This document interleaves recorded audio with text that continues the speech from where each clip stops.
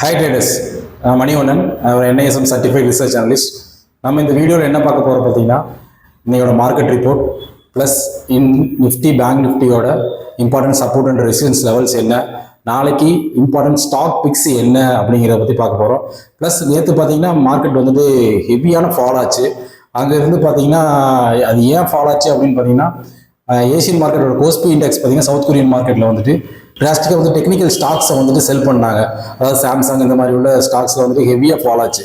So அதனால பார்த்தீங்கன்னா நம்ம இந்தியன் மார்க்கெட்டும் அது கூட சேர்ந்து, ப்ளஸ் இந்தியன் மட்டும் இல்லை குளோபல் எல்லா மார்க்கெட்டும் சேர்ந்து கண்டினியூஸாக வந்துட்டு எந்த சப்போர்ட்லையும் நிற்காம கண்டினியூஸாக கீழே டவுன் ஆகிட்டு போயிட்டே இருந்துச்சு.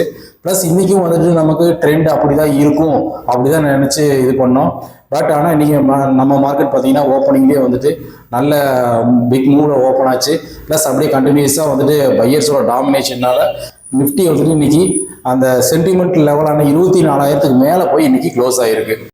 இன்னைக்கு நிஃப்டி பார்த்தீங்கன்னா 198 பாயிண்ட் அப் ஆகி 24,028 முடிஞ்சுது. அதே சென்செக்ஸ் பார்த்தீங்கன்னா 76,991 வந்துட்டு முடிஞ்சிருக்கு.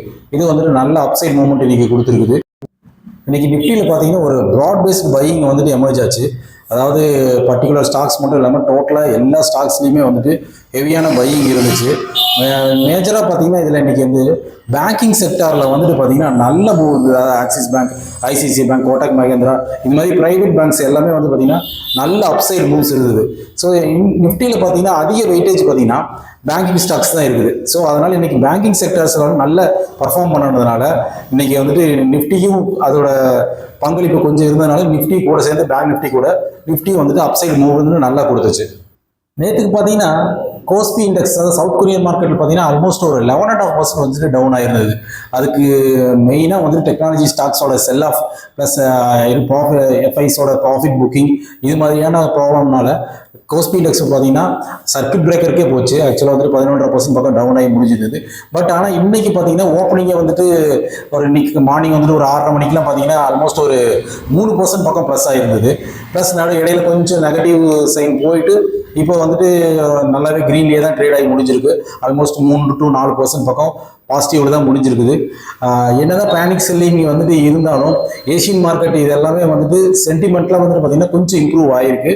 ப்ளஸ் ஃபாரின் இன்வெஸ்டர்ஸ் வந்துட்டு மீண்டும் வந்துட்டு ப்ளஸ் இந்த டெக்னாலஜி ஸ்டாக்ஸ் ஐடியில் இன்வெஸ்ட் பண்ணுறதுனால எல்லாமே கொஞ்சம் பூம் ஆகிட்டு இருக்கு. க்ரூட் ஆயில் பார்த்தீங்கன்னா இப்போ வந்துட்டு 76 to 76 பர் பேரலுக்கு ட்ரேட் ஆகிட்டு இருக்கு. இது பார்த்தீங்கன்னா இந்த 4 மாதத்தில் இந்த $76 பர் பேரலுங்கிறத லோயஸ்ட் ப்ரைஸ். இந்த 4 மாதத்தில் இதுதான் வந்துட்டு லோயஸ்ட்டாக ட்ரேட் ஆகிருக்கு. இது எதனால் அப்படின்னு பார்த்தீங்கன்னா, ஒன்று ஸ்ட்ரைட்டாக ஃபார்மர்ஸ் வந்துட்டு மூவ்மெண்ட் ஃப்ரீ ஆனதுனால வந்துட்டு ப்ரைஸஸ் கொஞ்சம் குறைஞ்சிட்டு இருக்கு. ப்ளஸ் ஈரான் ஆயில் எக்ஸ்போர்ட்ஸ் வந்துட்டு இன்க்ரீஸ் ஆகிறதுக்கான சான்சஸ் இருக்கிறதுனால க்ரூட் ஆயிலோட ப்ரைஸ் வந்து ரெடியூஸ் ஆகிட்டு இருக்கு.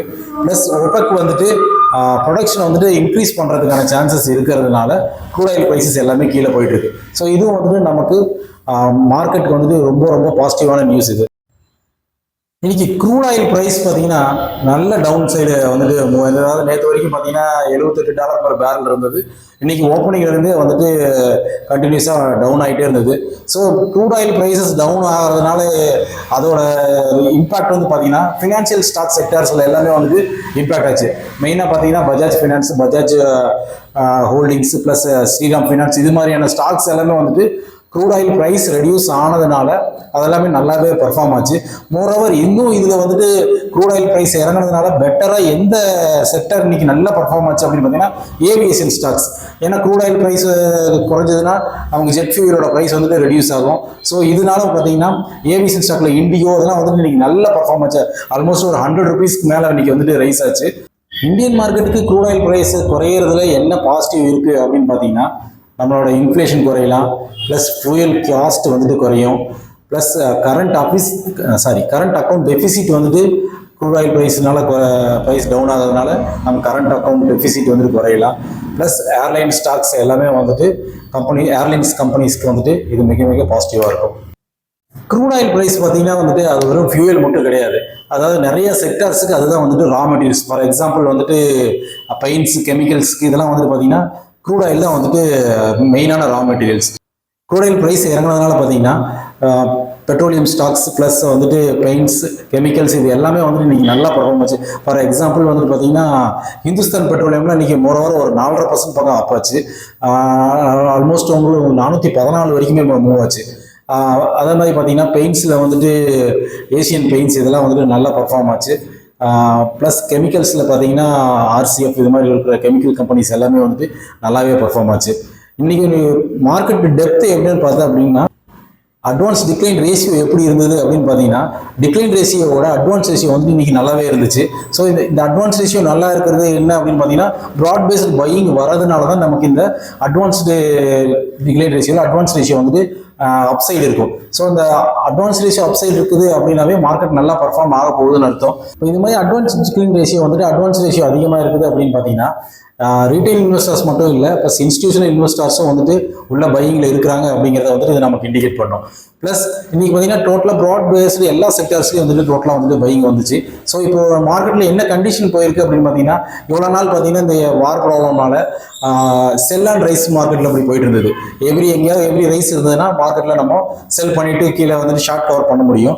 ஆனால் இப்போ வந்து மார்க்கெட் கண்டிஷன் டோட்டலாகவே ஓரளவுக்கு சேஞ்ச் ஆன மாதிரி இருக்குது. பார்த்தீங்கன்னா எவ்ரி டிப்பில் வந்துட்டு பை பண்ணுற கண்டிஷனுக்கு மார்க்கெட் வந்து சிச்சுவேஷன் இப்போ சேஞ்ச் ஆயிருக்கு. நேற்று நிஃப்டி பார்த்தீங்கன்னா ஆல்மோஸ்ட் ஒரு 300 பாயிண்ட்டுக்கு மேலே டவுன் ஆயிருந்தது. இருந்தாலும் எஃப்ஐஎஸும் டிஐஎஸும் பார்த்தீங்கன்னா நெட்டு வந்துட்டு பையில் தான் இருந்தாங்க. நேற்றுக்கு பார்த்தீங்கன்னா ஆல்மோஸ்ட் பார்த்தீங்கன்னா ஒரு எஃப்ஐஸ் வந்துட்டு ஒரு நாமினலாக ஒரு 100 crores நேராக பையில் இருந்தாங்க. அதேமாதிரி எஃப்ஐஸ் வந்து டிஐஸ் வந்துட்டு ஒரு 400 கோடி பக்கம் பையில் இருந்தாங்க. இன்னைக்கு பார்த்தீங்கன்னா எஃப்ஐஸ் வந்துட்டு ஒரு 177 கோடிக்கு செல் பண்ணியிருக்காங்க. அதே டிஐஸ் வந்துட்டு 430 கோடிக்கு பை பண்ணியிருக்கிறாங்க. குளோபல் மார்க்கெட் அப்டேட் பார்த்தீங்க அப்படின்னா யூஎஸ் மார்க்கெட் வந்து tau Jones, Nasdaq plus Europe markets எல்லாமே வந்துட்டு நேற்று வந்துட்டு இந்த கோஸ்பி இண்டெக்ஸோட ஸ்டாக் பிரச்சனைனால வந்துட்டு எல்லாமே செல் ஆஃப் வந்ததுனால எல்லாமே வந்துட்டு நெகட்டிவாக தான் முடிஞ்சிருந்தது. பட் இன்னைக்கு மார்னிங் பார்த்தீங்கன்னா வந்துட்டு யூஎஸ் எல்லாமே கொஞ்சம் ஃபியூச்சர்ஸ் வந்துட்டு க்ரீனில் ட்ரேட் ஆகிற மாதிரி இருந்துச்சு. ப்ளஸ் என்னதான் வந்துட்டு டெக்னிக்கலாக வந்துட்டு டெக்னாலஜி ஸ்டாக்ஸ் எல்லாம் வீக்காக இருந்தாலும் அதை எல்லாமே ஓவர் கம் பண்ணி இன்னைக்கு நம்ம மார்க்கெட் வந்து ஐடி ஸ்டாக்ஸ் எல்லாமே நல்லாவே பர்ஃபார்ம் பண்ணியிருந்தது. ஸோ நிஃப்டி ஸ்பாட் பார்த்தீங்கன்னா 24,021 முடிஞ்சிருக்கு. நாளையோட மேஜர் சப்போர்ட் என்ன அப்படின்னு பார்த்தீங்கன்னா 23,920 வந்துட்டு ஒரு மேஜர் சப்போர்ட் இருக்குது. அதை விட்டுறமா அதுக்கு அடுத்தது பார்த்தீங்கன்னா 23,800 ஒரு சப்போர்ட் இருக்குது. மேஜரான ரெசிஸ்டன்ஸ் என்ன இருக்கும் அப்படின்னு பார்த்தீங்கன்னா 24,130 வந்துட்டு ஒரு major resistance.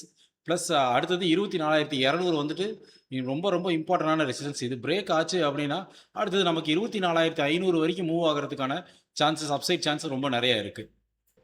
சென்செக்ஸோட open interest data பார்த்தீங்கன்னா ஆக்சுவலாக பார்த்தீங்கன்னா 76,500 வந்துட்டு புட்டு வந்துட்டு பார்த்தீங்கன்னா 21.91 lakhs கான்ட்ராக்ட்ஸ் வந்துட்டு ரைட் பண்ணியிருக்காங்க. அதே வந்துட்டு 76,000 கால புட் ஆப்ஷனில் பார்த்தீங்கன்னா 29.2 lakhs கான்ட்ராக்ட்ஸ் வந்து ரைட் பண்ணியிருக்காங்க. ஸோ நாளைக்கு வரைக்கும் சென்செக்ஸில் பார்த்தீங்கன்னா நாளைக்கு எக்ஸ்பைரி இருக்குது. ஸோ நமக்கு இப்போ இந்த 76,500 + 76,000 தான் வந்துட்டு மேஜர் சப்போர்ட்டாக இருக்குது. ஆனால் இதே வந்து பார்த்தீங்கன்னா 77,000 கரண்ட் ஸ்ட்ரைக்கில் பார்த்தீங்கன்னா உங்களுக்கு புட்டு வந்துட்டு 18.11 lakhs வந்துட்டு ரைட் பண்ணியிருக்காங்க. ஸோ இந்த 77,000 ஒருவேளை நாளைக்கு வந்துட்டு 77,000 கிராஸ் ஆகிட்டு அதுக்கு மேலே ட்ரேட் ஆகும்போது 77,000 வந்துட்டு நமக்கு ஒரு மேஜர் சப்போர்ட்டாக இருக்கும். இதை பிரேக் பண்ணுச்சுன்னா தான் அடுத்த மேஜராக வந்துட்டு 76,500 வரைக்கும் வரதுக்கான சான்சஸ் இருக்குது. அதே அப்சைடில் பார்த்தீங்க அப்படின்னா இங்கே பாருங்கள், இந்த இடையில எல்லாமே பார்த்தீங்கன்னா அதாவது 77,200 77,300 இதில் கால் ஆப்ஷன் ஒன்றும் பெரிய ஓப்பன் இன்ட்ரெஸ்ட் எதுவும் பெருசாக இல்லை. அடுத்தது பார்த்தீங்கன்னா உங்களுக்கு 77,500 தான் வந்துட்டு 17.38 lakhs வந்துட்டு கான்ட்ராக்ட்ஸ் வந்துட்டு ஓப்பன் இன்ட்ரெஸ்ட் கால் சைடு இருக்குது. ஸோ உங்களுக்கு இதுதான் வந்துட்டு அப்போது நாளையோட ரெசிஸ்டன்ஸாக இருக்க போகுது.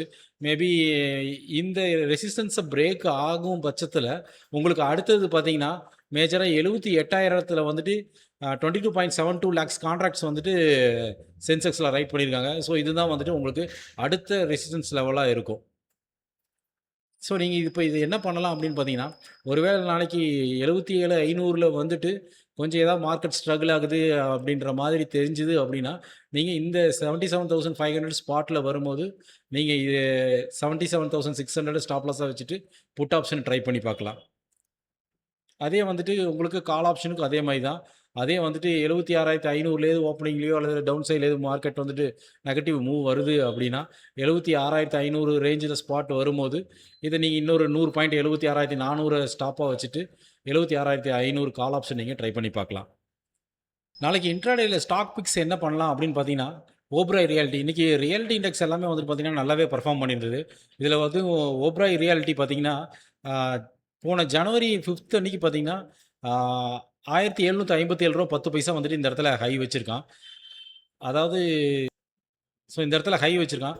அதே பார்த்தீங்கன்னா இன்றைக்கி பார்த்தீங்கன்னா அந்த ஹையை வந்துட்டு பிரேக் பண்ணி அங்கே இருக்கிற லிக்விடிட்டிஸ் எல்லாத்தையுமே டோட்டலாக இன்றைக்கி ஸ்வீப் பண்ணி எடுத்துகிட்டு அந்த லெவலுக்கு கீழே தான் க்ளோஸ் ஆகிருக்கு. அதாவது இந்த பிரேக் அவுட் லெவல், அதாவது 1757 ரூபா 10 பைசான்ற பிரேக் அவுட் லெவலுக்கு உள்ளே தான் வந்துட்டு க்ளோஸ் ஆகிருக்கு. ஸோ நாளைக்கு இந்த ஹை, இன்னைக்கோட ஹை 1766 பிரேக் பண்ணும்போது நீங்கள் பொசிஷன் க்ரியேட் பண்ணலாம், லாங் பொசிஷன் க்ரியேட் பண்ணலாம். க்ரியேட் பண்ணிவிட்டு 1.5% to 2.5% வந்துட்டு நீங்கள் டார்கெட் ஃபிக்ஸ் பண்ணிக்கோங்க. 0.5% வந்துட்டு ஸ்டாப் லாஸ் வச்சுட்டு இதில் நீங்கள் இந்த பிரேக் அவுட்டுக்கு ஒரு என்ட்ரி நீங்கள் ட்ரை பண்ணி பார்க்கலாம். அதே மாதிரி ஹிந்துஸ்தான் பெட்ரோலியமும் அதே மாதிரி தான். இப்போ ஹிந்துஸ்தான் பெட்ரோலியம் பாருங்கள், நான் உங்களுக்கு அதாவது இந்த மே மந்த் 25th அன்றைக்கி பார்த்தீங்கன்னா 412 ரூபா 55 பைசா வந்துட்டு இந்த கேண்டில் வந்துட்டு ஹை வச்சுருக்கு. இன்றைக்கி பாருங்கள் அதே அந்த ஹையை பிரேக் பண்ணிவிட்டு க்ளோஸ், அதுக்கு கீழே தான் க்ளோஸ் ஆகிருக்கு. ஸோ நீங்கள் வந்துட்டு நாளைக்கு ஹிந்துஸ்தான் பெட்ரோலியமில் 414 ரூபா ஈக்விட்டியில் கிராஸ் பண்ணும்போது நீங்கள் பை என்ட்ரி எடுக்கலாம். அதே வந்துட்டு 1.5% வந்துட்டு 1.5% அல்லது 2.5% வந்துட்டு டார்கெட் வச்சுக்கோங்க. 0.5% வந்துட்டு நீங்கள் ஸ்டாப் லாஸ் வச்சுக்கலாம். அதே மாதிரி டாக்டர் ரெட்டிக்கும் உங்களுக்கு அதே மாதிரி சான்சஸ் இருக்குது.